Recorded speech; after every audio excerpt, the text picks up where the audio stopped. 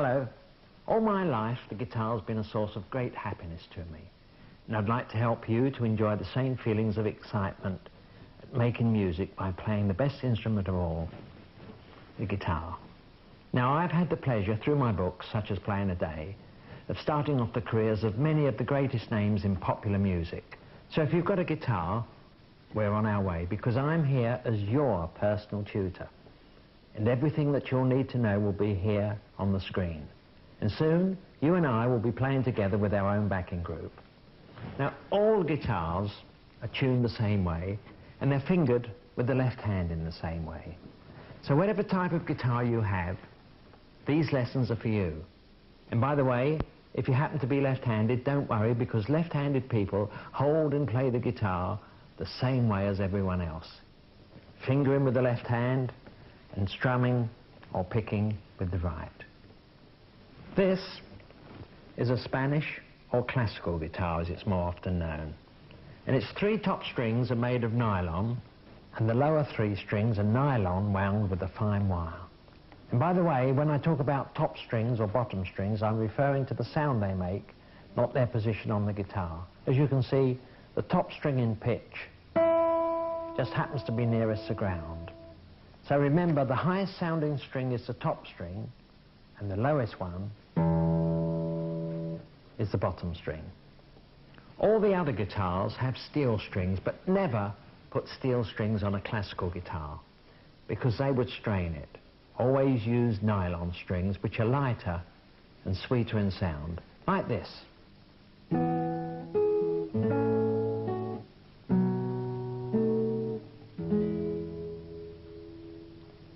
Now, as you saw, I plucked the strings with my thumb and fingers of the right hand. But you can strum across the strings with the thumb like this,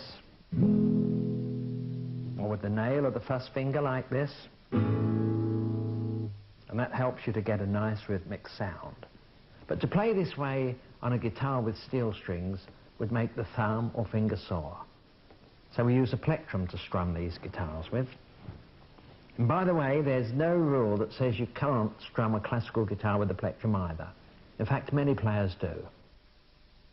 This is an acoustic guitar, and it's similar to the classical guitar, but has a slimmer fingerboard, and it has steel strings, which means it's louder than the classical guitar. Notice that it's got a round sound hole in the soundboard like a classical guitar, and this has a plectrum guard to guard against the plectrum scratching the body. The electric guitar doesn't have such a deep body as the previous guitars, because it's only partly acoustic, and it has F-shaped holes cut into it instead of a round sound hole. Also, it has a tailpiece to which the strings are attached. Now, these magnetic pickups send the vibrations of the steel strings through to the amplifier.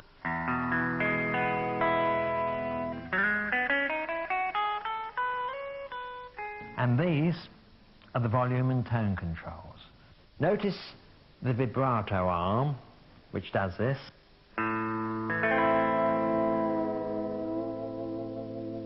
And it has a cutaway body so that you can finger the high notes easily. Finally, the solid body electric guitar, which can be almost any shape because it doesn't have any real acoustic qualities. It relies entirely on pickups and amplifier to produce its sound. Notice the position markers. They're there to guide you as to where you're playing on the fingerboard. As I've mentioned, all the guitars are tuned the same way. Now, you might find it difficult at first to get your guitar in tune, but with a little perseverance, it becomes quite easy. And a convenient way of tuning your guitar is with pitch pipes. Now, these are 6 pipes, and they're joined together. And when you blow them, they give you the note to which you tune each string. For instance, this is the 6th string, E, and the 5th string, A, and the 4th, D, the 3rd, G, the second B, and the first E. And by turning the tuning keys, or machine heads as they're often called, you increase or decrease the tension of the string, which makes the sound of the note higher or lower. And your ear must be your guide. You'll have noticed that we have two E strings, a top E and a bottom E. Now, so that we're going to be in tune with each other, I'm going to give you the notes from my guitar so that you can tune your guitar to mine. Here's the sixth string, the fifth, the fourth, the third, the second, and first. I'll do that once more.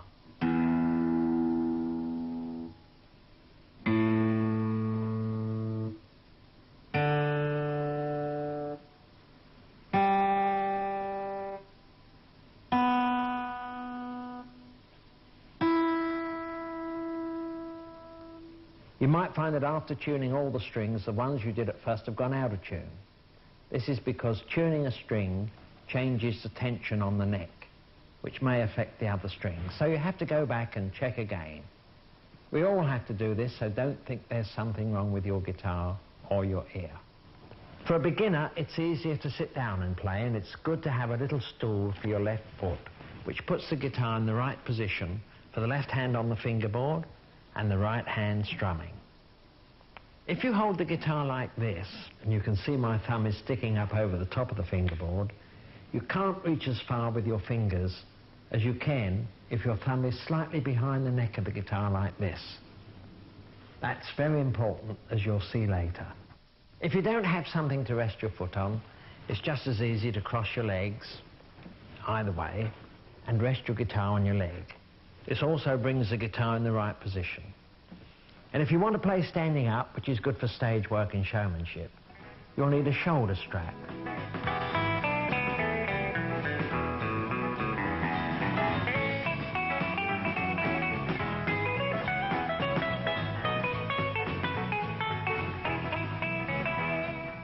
And as I said, all guitars are played in the same way with the fingers of the left hand, pressing down the strings on the fingerboard between the frets. And these pieces of metal set into the fingerboard are the frets. You can strum the classical guitar with the thumb or nail of the first finger, or you can pick the strings with the thumb and three fingers like this.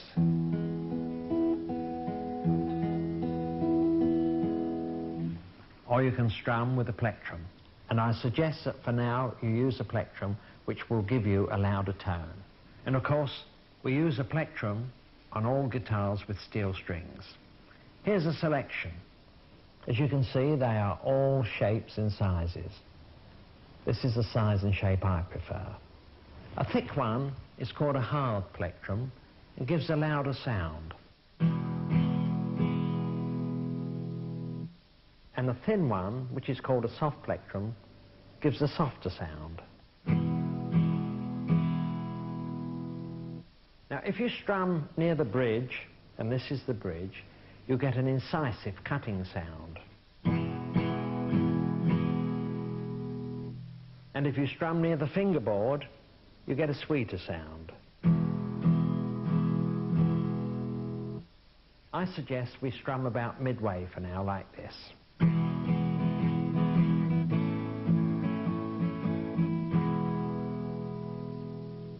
And if you're using a plectrum on your classical guitar, I suggest you use a soft one, which is more gentle on the nylon strings. Now, you hold the plectrum between the side of your first finger and your thumb, like this, with the tip of it about 1 centimetre, showing like this. The other fingers are curled up slightly, so that they're out of the way when strumming.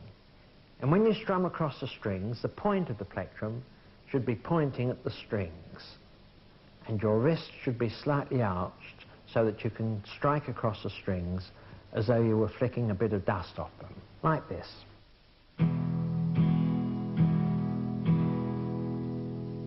Using your wrist to make the action, not your forearm. You don't strike the strings too violently, just firmly enough to make the strings vibrate. And make sure that you're striking in a slightly curved arc. Not diagonally, because that will tend to break either the strings or the plectrum. And don't twist the plectrum as you strike the strings. Keep it square on. Now, if you dampen the strings with your left hand, like this, you can practice strumming with me and get used to the movement. Dampen the strings, just like this. Ready? Here we go. Remember, flick the wrist. Don't hold the plectrum too tightly, just tightly enough to stop it slipping, and keep the point of it towards the strings, striking them square on. Got it? A common fault of beginners is to be lazy and rest their elbow on the top of the guitar when strumming. But it's very important to have your elbow well over the guitar, with the guitar tucked comfortably under the upper arm. See what I mean? Remember, you strum with your wrist, not your forearm. Well, now that you know how to strum, let's learn a chord, because we're shortly going to be playing with our backing group. Chords are fingered with the left hand, and your fingernails must be kept short. And to get a clear note, your fingers must press the string down behind the fret. Not on it, but behind it. And you don't use the very tip of your finger, but more the side of the tip. You will find that your fingers feel sore at first through pressing the strings down, but don't worry, that happens to us all. Now, we number our fingers so that we can identify them when looking at chord diagrams. The index or first finger is called 1, then 2, then 3, and the little finger 4. And this is the chord diagram. Now, as you can see, it shows the 6 strings with the lowest sounding string, the 6th, on the left. The lines across are the frets, and the thick line at the top represents the nut of the guitar, this bit, over which the strings pass. In this chord, for instance, the first finger goes on the 2nd string behind the 1st fret, the 2nd finger goes on the 4th string behind the 2nd fret, and the 3rd finger on the 5th string behind the 3rd fret. Check your fingering with the chord diagram again, and you'll notice that the strings not being fingered have the letter O above them for open. That indicates you play them open without fingering them. Now, when you play this chord, which is a chord of C major, or C for short, you should keep your elbow in to your body like this, which will ensure that your hand is in the correct position for fingering, and that the strings are pressed down with the sides of the tips of the fingers. Now, it may look as though my fingers are on the frets, but in fact the sides of the tips are definitely behind the frets. You might also find that the fleshy pad of your finger, here, is touching the string next to the one you're fingering. And that, of course, will dampen the tone of the next string. If that is happening, try moving your wrist round the fingerboard like this, and your fingers will be able to press down at a different angle, clearing the other strings. After a little practice, you'll get the knack of keeping the soft part of your fingers away from the next string, and all the strings will sing out clearly together.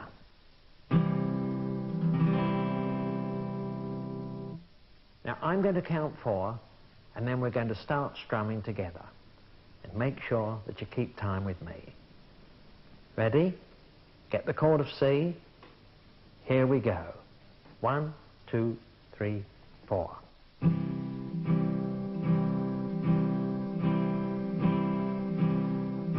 Check that your left hand is like mine, elbow tucked into the body. Make sure that your right hand is striking across the strings with the plectrum point towards the strings. and that you are keeping in time with me. And we'll stop after I count 4. Ready? 1, 2, 3, 4. Now I want you to stop and have a good practice. Play this chord, and afterwards we'll go on to playing with our group. Now we're going to be joined by our backing group, and I'm going to play the chord of C with you, but you'll also hear me playing the melody. But first of all, check your tuning with my guitar.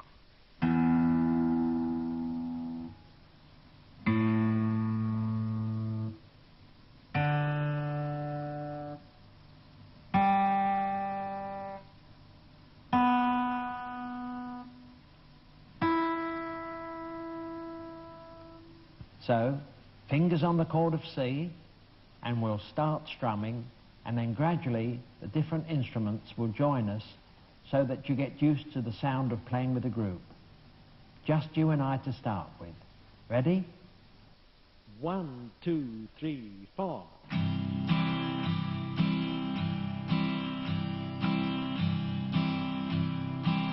Here comes the bass. And now the drums. Here's the piano.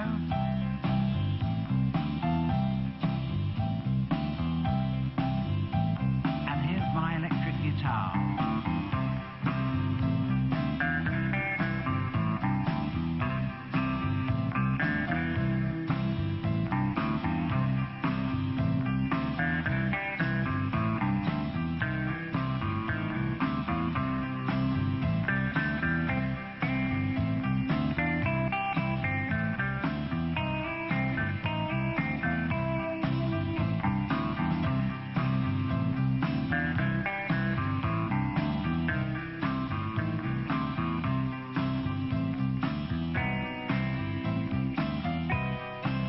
Let's stop after 4.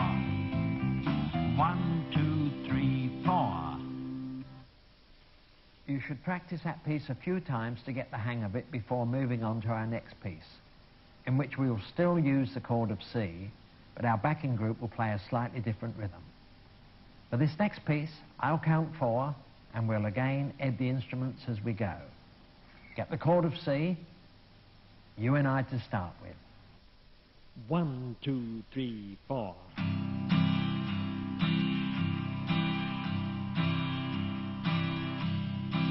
Here comes the bass. Now the drums. Here's the piano.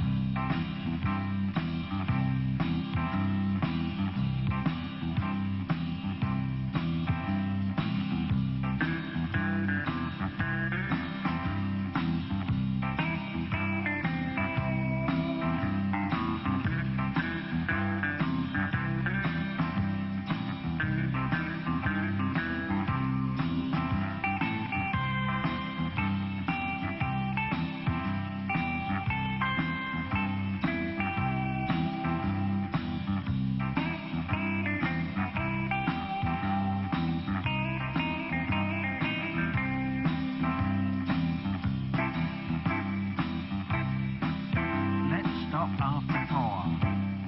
1, 2, 3, 4. I want you to learn another chord now, but before we go any further, let me tell you a little bit about the different types of chords. Some chords sound bright and happy, like this. These happy sounding chords are called major chords, and we already know one, C. But some chords sound as though they need completion or finishing off, like this.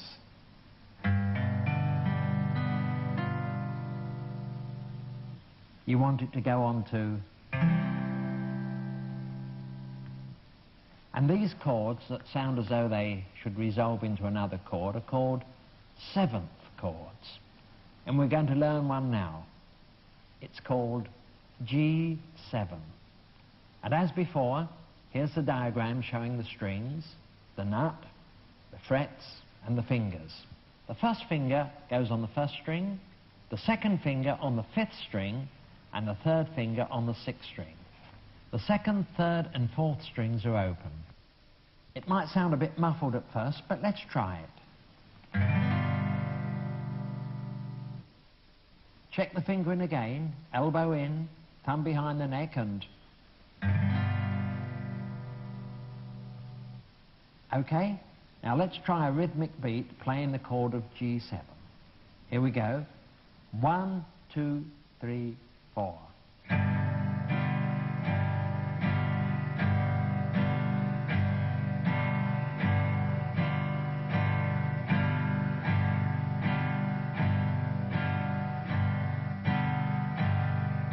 Stop after 4. 1, 2, 3, 4. Now, as you could hear, the music sounded unfinished and incomplete. So when we play our next number together, we're going to finish off by playing just one beat of the chord of C. We will go from G7 to C. Now, you will have noticed that I count 1, 2, 3, 4 when we're playing. Well, there are always 4 beats to the bar in the music that we're playing at the moment. So remember, 1 bar equals 4 beats. I'm going to play the chord of G7 with you for 7 bars, and I'll count the bars as we go. And when we get to the 7th bar, we'll slow up, and on the 8th bar, we play just the chord of C just once. So 4 beats to every bar, and I'll count them as we go. Start with G7. Ready? 1, 2, 3, 4.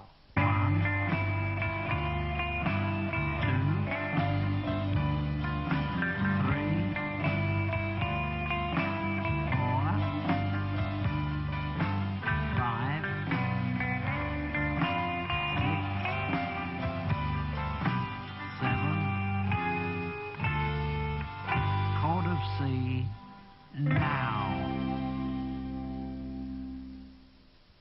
Now, you might have been a little bit late changing to the chord of C. So practice that before we go on to play some more duets, because you'll need to be able to change smoothly from one chord to another without pausing or changing tempo. Just try it. C, G7, C, G7, C, G7, C, G7, C.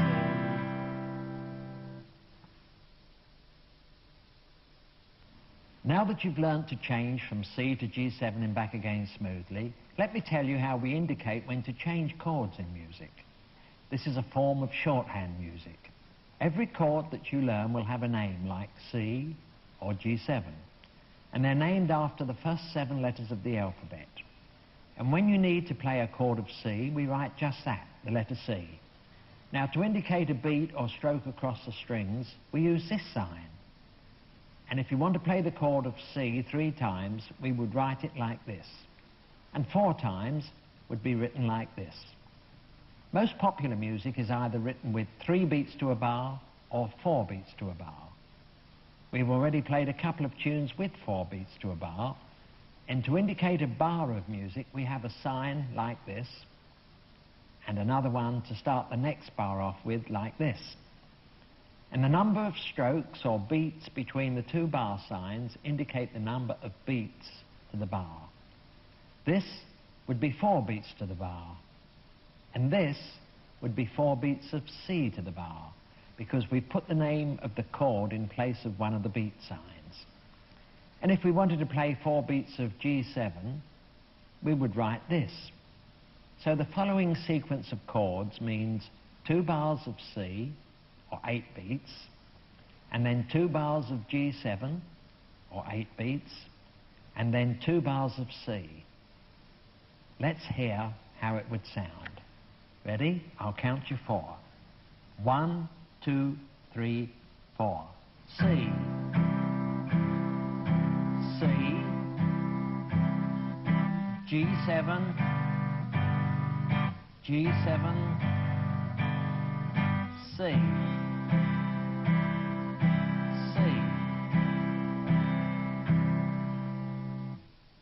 By the way, you should get into the habit of reading ahead in music so that your mind is ready to tell your fingers exactly where to go for each chord change as soon as you reach it. Again, this needs practice to ensure that there is no slowing up or change of tempo. So you should try practicing 4 beats of G7, and then 4 beats of C, and so on, because that's what we're going to do next.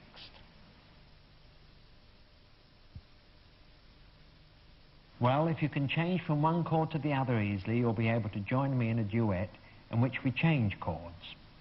I've written a tune in which we play 1 bar of G7, and then 1 bar of C, then another bar of G7, then another bar of C, and so on.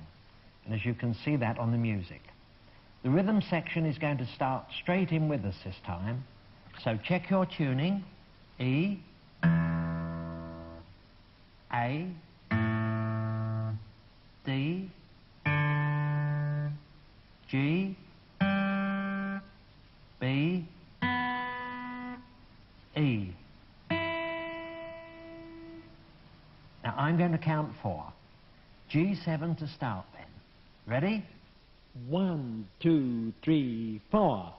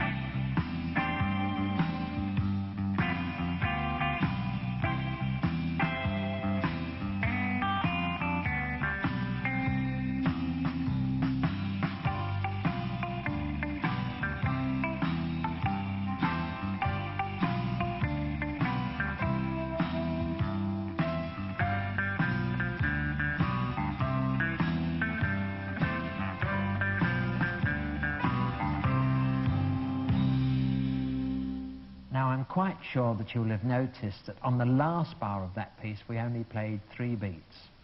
In other words, the 4th beat was not played, and in music, to indicate that a beat is to remain silent, we write what is called a rest sign. It looks like this. So the last bar would be written like this. 1, 2, 3, and the 4th beat is silent, so it's marked with a rest sign. And you'll also have noticed that we let the 3rd beat of the last bar sing on. In other words, we made a sort of pause on it. And to indicate any beat that has a pause over it, we write a sign like this. So the last bar sounds like this. 1, 2, 3, with a pause on it, and the 4th beat is silent. Let's try another piece using the same 2 chords, but this time the chords are in a different order. So you must follow the music very carefully. And remember to try and read 1 bar ahead, so that whilst you're reading 1 bar, your mind is preparing your fingers for the next chord in the next bar. This helps to keep the rhythm flowing. Oh, and there's one slight change in this piece. I want you to accent the 2nd and 4th beat of every bar, like this. 1, 2, 3, 4. 1, 2, 3, 4. 1, 2, 3, 4. Doing this gives a much stronger beat to the music, and the best way of doing it is, instead of striking across all 6 strings on every beat, as we have been doing, you gently touch some of the lower strings firmly enough just to make them sound on the 1st and 3rd beats like this. 1, 2, 3, 4.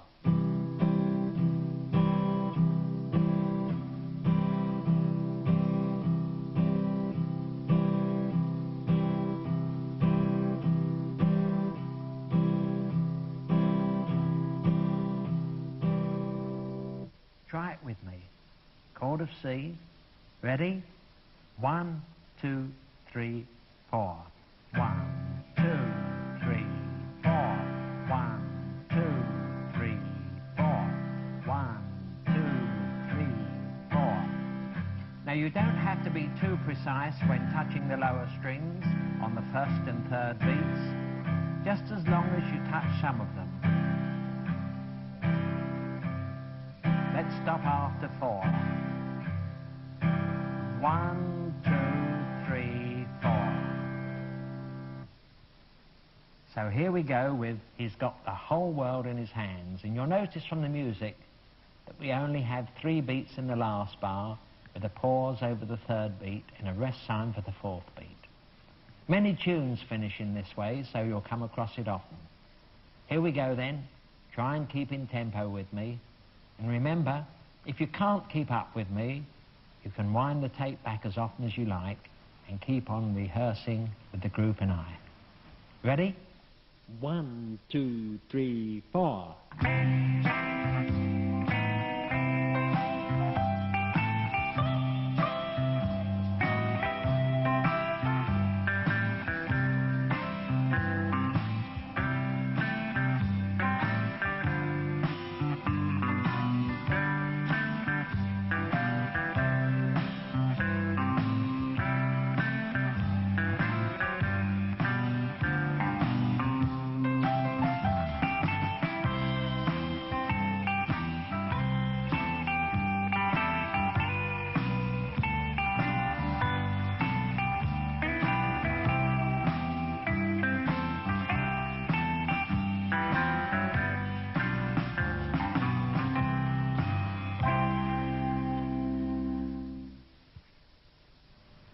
We'll now try another piece using the same 2 chords, but once again they're in a different sequence and at a faster tempo.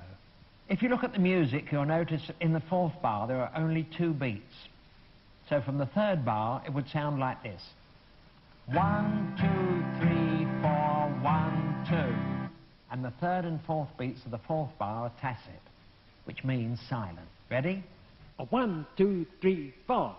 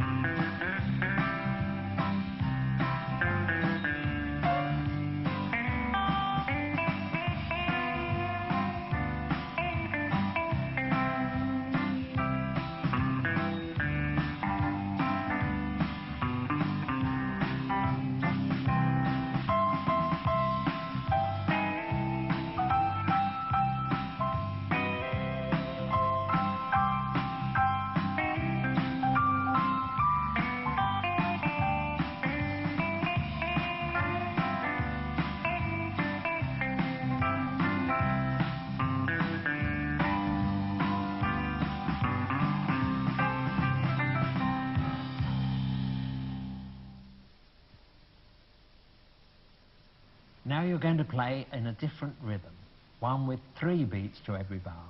And this is called a waltz rhythm. And if you were to play the chord of C in a waltz rhythm, it would be written like this.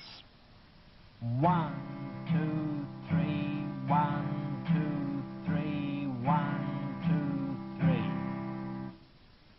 So let's try a little piece that I've written with 3 beats to the bar, and I want you to accent the first beat of every bar like this.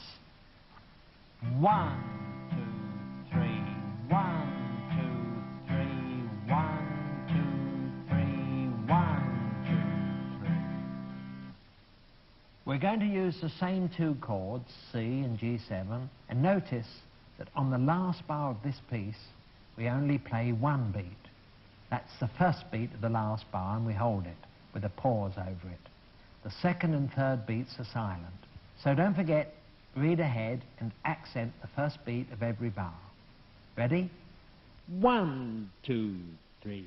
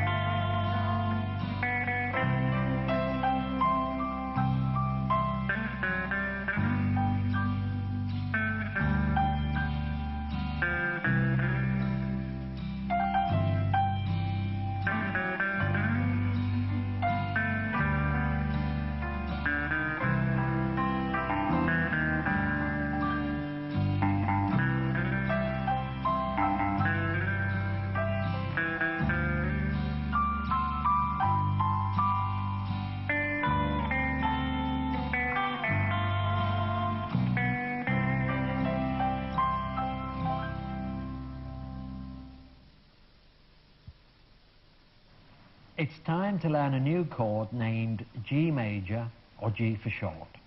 Now don't get it confused with G7, which you already know, and we're going to use our fourth finger in this chord. Now as you know, the chord of G7 is played like this. But for the chord of G, we take the first finger off and we put the fourth finger behind the third fret of the first string like this. The open strings are the same as in G7. And the only difference is that you use the fourth finger instead of the first. Incidentally, your fourth finger will feel awkward to move at first, but I promise you that with practice, you'll soon get used to moving it easily. Try putting it up and down like this.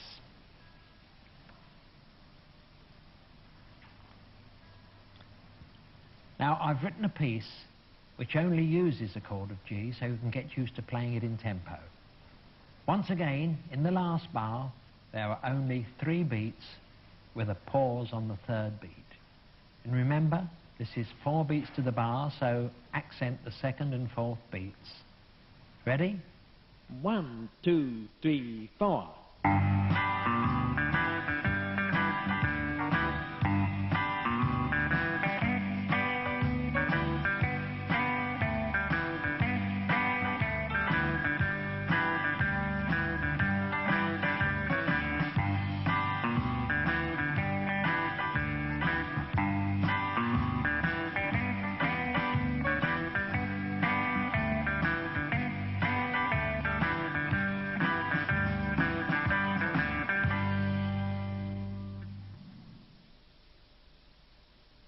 Next, I want to show you a chord which is called D7.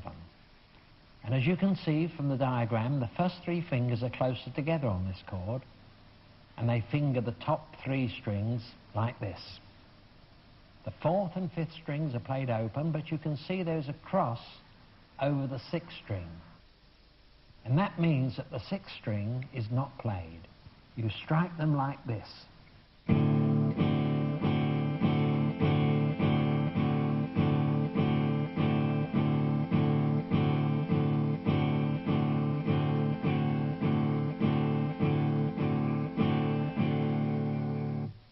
If you do happen to catch the 6th string at first, it will sound slightly discordant, but it doesn't really matter for now, and you will soon learn to play it correctly. Let's get the chord now. 3rd finger on the 1st string, 1st finger on the 2nd string, and 2nd finger on the 3rd string. So let's try 2 bars of D7, and then 2 bars of G, and keep repeating that sequence. Okay? 1, 2, 3, 4.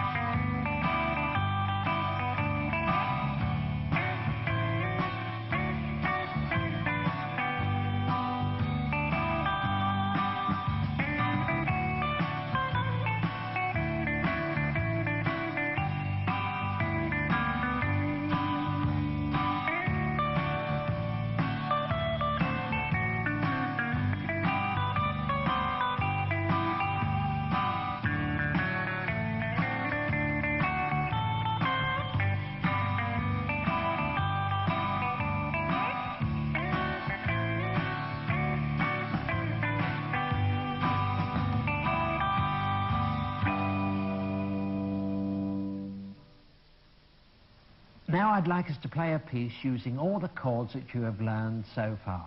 That is C, G7, G, and D7. And the piece that we're going to play is that jazz classic, When the Saints Go Marching In. And by now you should be able to change from one chord to another quite easily. I'll tell you what, let's see how well you've been practicing.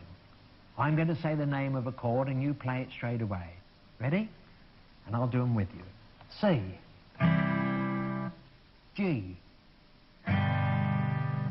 D7, C, G7, D7, G, C. Now, if you were able to keep up with me, then we're ready for the Saints. But if you couldn't keep up with me, then please practice till you are familiar with all the chords. Here is the music, and if you look at the fourth bar, you'll see we only play one beat in it with 3 beats silent. So from the third bar, it would sound like this. 1, 2, 3, 4, 1. And the second, third and fourth beats are silent. So get your fingers on the chord of G. Ready? 1, 2, 3, 4.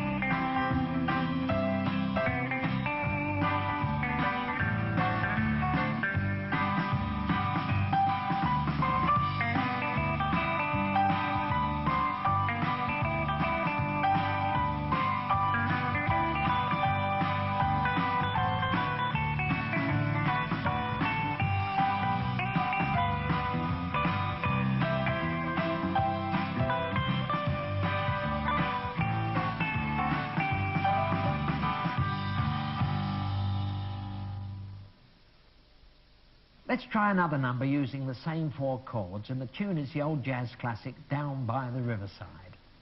Now you'll see that at the start of the music there's a double bar with 2 dots behind it, and at the end there's a double bar with 2 dots in front of it.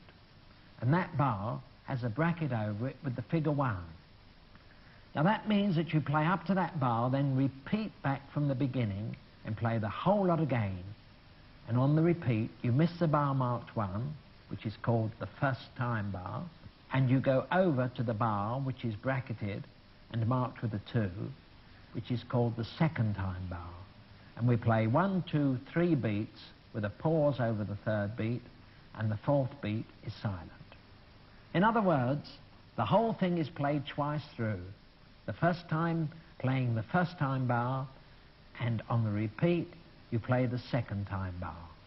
So here we go with Down by the Riverside. Ready? 1, 2, 3, 4.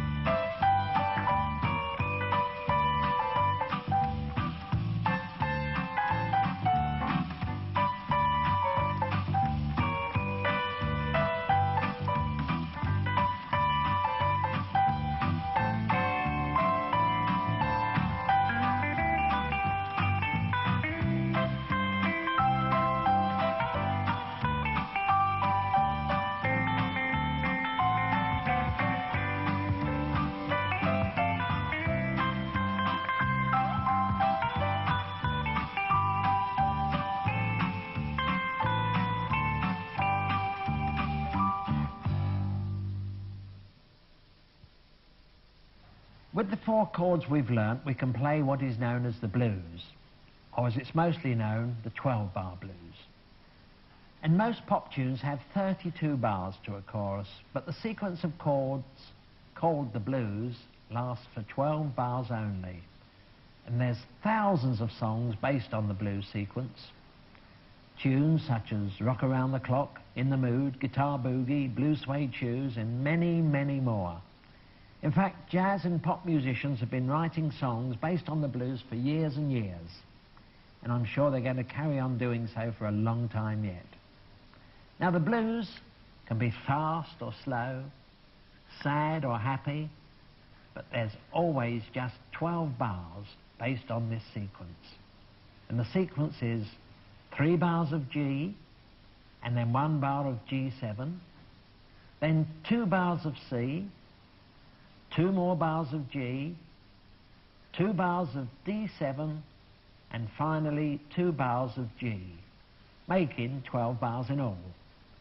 Now you should try and memorize the order in which these chords are played, because you'll find yourself playing this sequence many, many times, because there's so many tunes written around it. So remember, 3 of G, 1 of G7, 2 of C, 2 of G, 2 of D7, and 2 of G. Now we're going to play a really slow blues to that sequence, and this time I want you to play the first beat as normal, but on the second beat you play 2 strokes with the plectrum, 1 down and 1 up. But they must be in tempo, like this. 1, 2 and 1, 2 and 1, 2 and 1, 2 and... And on the third and fourth beats, you play just 1 stroke on each beat. So it would sound like this. 1, 2 and 3, 4. 1, 2 and 3, 4. 1, 2 and 3, 4. 1, 2 and 3, 4. And you must make the upstroke of the plectrum just as loud as the downstroke, like this. 1, 2, 3, 4.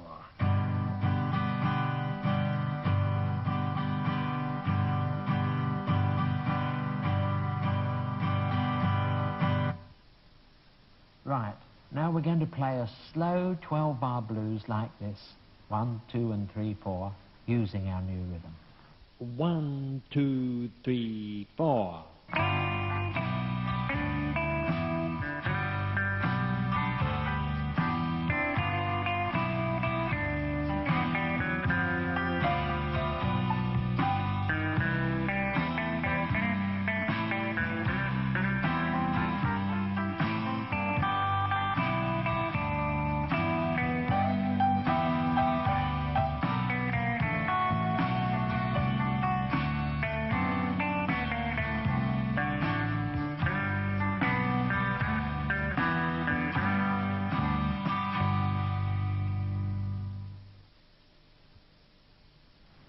Now we're going to try the blues a little faster, and a well-known tune based on the blues is Frankie and Johnny. We're going to play it through twice, so that you'll notice that we've got the double bar at the start with 2 dots after it, and on the 12th bar, the double bar with the 2 dots before it, and the bracket with the figure 1 over it, which means we repeat the whole thing, and on the second time of playing it, we jump over to the bar mark 2. And this time, just accent the second and fourth beats like this. 1, 2, 3, 4, 1, 2, 3, 4, 1, 2, 3, 4. Ready? 1, 2, 3, 4.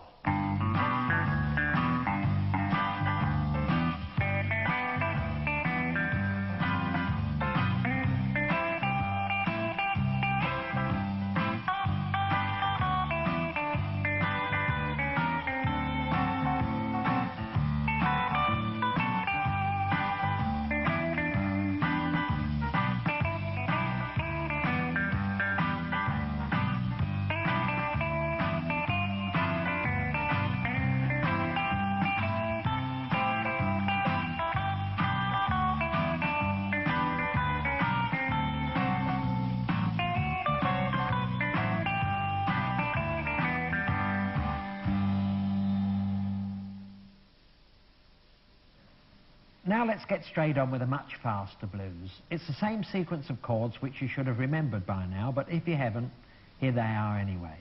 And this time we're going to play the sequence through 4 times. So we have the 12th bar with the bracket 1, 2 and 3 written in, which means 3 repeats. And on the 4th time of playing it, we go straight to the bar with a 4 written over it, ignoring, of course, the bar with 1, 2 and 3 over it. So we play the sequence once, and then 3 repeats of it, making 4 times in all. Ready? A 1, 2, 3, 4.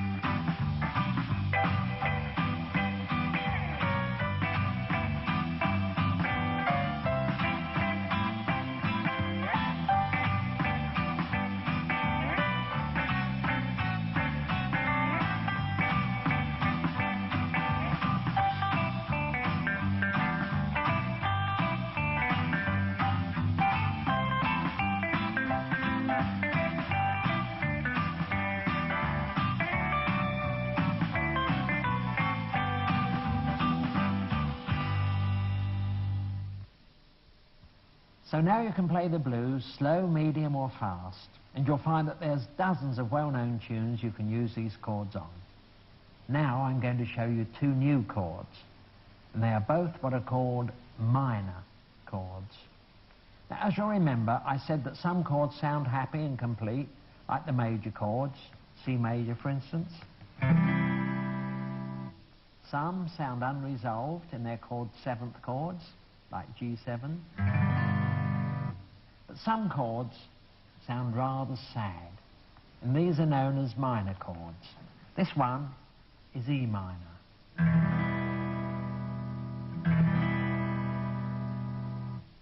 It's an easy one to finger, and I think it sounds really nice.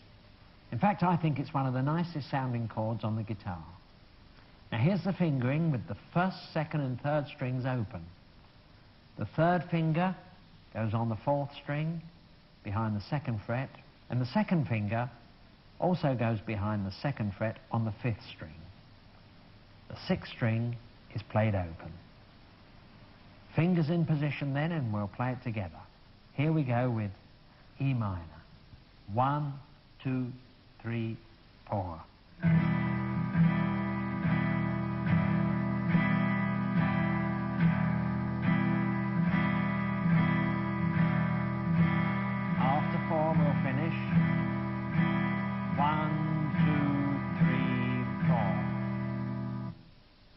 Now it should be fairly easy for you to play this chord. And by the way, when we write E minor, it can be written either as E min, an abbreviation, or EM, even more abbreviated. And that's the one we'll use. Now while you're in the learning mood, let's add another chord to those you already know. It's another minor chord, and it's A minor. Again, a lovely sounding chord like this.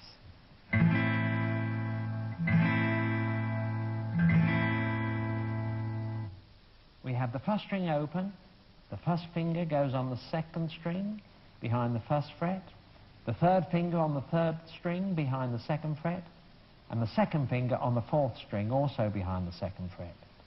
The fifth and sixth strings are played open. Let's strum it together, shall we? 1, 2, 3, 4.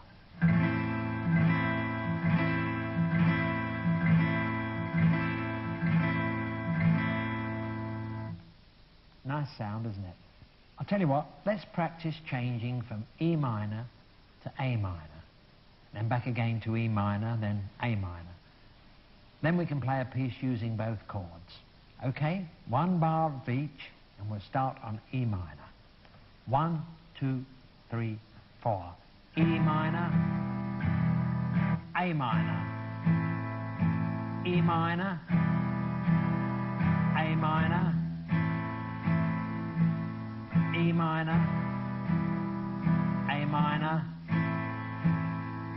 E minor.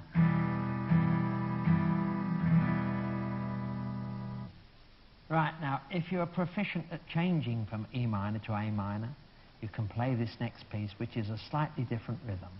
Now, in the music, you can see there's an introduction of 4 bars, then our old friend, the double bar with 2 dots after it, so that we know that is where we're coming back to on the repeat. And 16 bars later, there's a first time bar, which means you repeat. But as we only go back to the double bar, we don't repeat the introduction, just the 16 bars from the repeat sign. And when we get to the first time bar, we jump over it and play the second time bar. Now the rhythm for this is the same as in the slow blues which we played before. That is 1, 2 and 3, 4. Do you remember? Check your tuning, make the chord of E minor and try it with me. I'll count 4, okay? 1, 2 and 3, 4.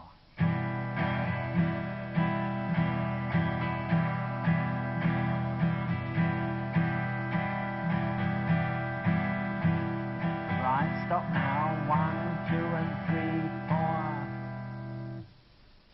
4. Right, let's get on with our new piece after 4. Ready?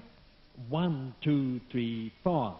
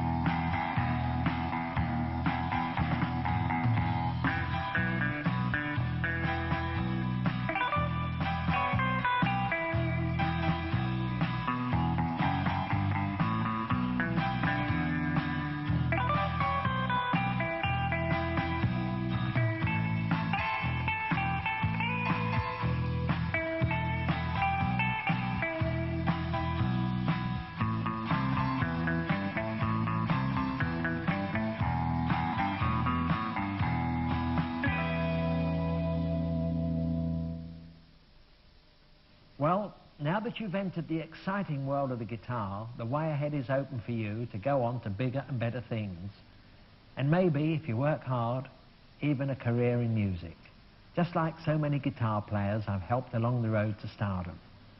But whether you want to play just for the pleasure of it, or whether you may eventually take it up professionally, I hope that you'll want to join me in another more advanced video session. In the meantime, let's play something really rousing to celebrate your achievements so far. Here's a piece based on the 12-bar blues sequence of chords which you already know. And we'll play it without the music on the screen. This time, you can play the rhythm part, and I'll play the melody. So I'll say bye for now with Bye Bye Boogie. Ready? Here we go then. 1, 2, 3, 4.